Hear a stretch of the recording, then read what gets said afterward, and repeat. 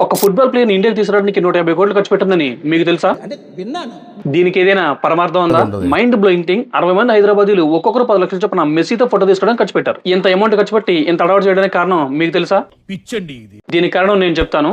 కానీ అంతకంటే ముందు ఎవ్రీ టైం ఇన్ఫర్మేటివ్ వీడియోస్ మీకు అందించే మన ఛానల్ ని సబ్స్క్రైబ్ చేసి పెట్టుకోండి. హైదరాబాద్ స్టేడియంలో మెస్సీని చూడడానికి వచ్చిన ఈచ్ పర్సన్ ఒక్కొక్కరు 10,000 రూపాయలు చొప్పున ఖర్చు పెట్టారు. ఇండియాలో ఫుట్బాల్ క్రేజ్ ని పెంచి క్రికెట్ బెట్టింగ్ లాగే ఫుట్బాల్ బెట్టింగ్ ను కూడా క్రియేట్ చేయడానికని కొందరు అభిప్రాయం. 2025 డిసెంబర్ 13 నుంచి 15 వరకు జరుగుతున్న గోట్ ప్రమోషన్స్ కి ప్రధాన కారకుడు ఒకటి ఉన్నారు. కోల్కతాకు చెందిన శతద్రు దత్తా అనే ప్రమోటర్ కొన్ని బ్రాండ్స్ కలిపి ఈ గోట్ టూర్ ను ప్లాన్ చేశారు. డిసెంబర్ 13 నుంచి 15 లోపు చాలా మంది ఇండియన్స్ కి ఈ సౌత్ అమెరికా ఫుట్బాల్ ప్లేయర్ గురించి చాలా మందికి తెలిసి ఉంటుంది కదా. మన ఇండియాలో పుట్టి పెరిగి మన దేశం కోసం మన దేశ ప్రగతి కోసం పాటుపడుతున్న రంజిత్ బజాజ్ కోసం ఈ మెస్సీ ఫ్యాన్స్ లో ఒక్కరికైనా తెలుసా? ఈ Ranjit Bajaj Indian football player club కి డైరెక్టర్. తన సొంత ప్రాపర్టీస్ అండ్ తన భారీ నగలమ్మి 50 లక్షలు ఫుట్బాల్ ప్లేయర్స్ ఫెసిలిటీస్ కి ప్లేయర్ల మెయింటెనెన్స్ కి ఖర్చు పెడుతున్నారు. ఈ గొప్పతనాన్ని ఇండియా గవర్నమెంట్ ఎప్పటికీ గుర్తించదు. ఎందుకంటే మన ఇండియన్స్ కి ఇండియా కంటే పొరుగు దేశాలంటేనే మక్కువ ఎక్కువ. 150 కోట్లు ఖర్చు పెట్టి మెస్సీని ఇండియాకి తీసుకొచ్చారు. అదే 150 కోట్లు నాకు ఇచ్చుంటే 10 మంది మెస్సీలు తయారు చేసేవాడని రంజిత్ బజాజ్ అన్నారు. ఇలాంటి విషయాల్లో ఇండియన్స్ కు మనం ఎప్పటికీ ఫెయిల్ అవుతూనే ఉన్నాం.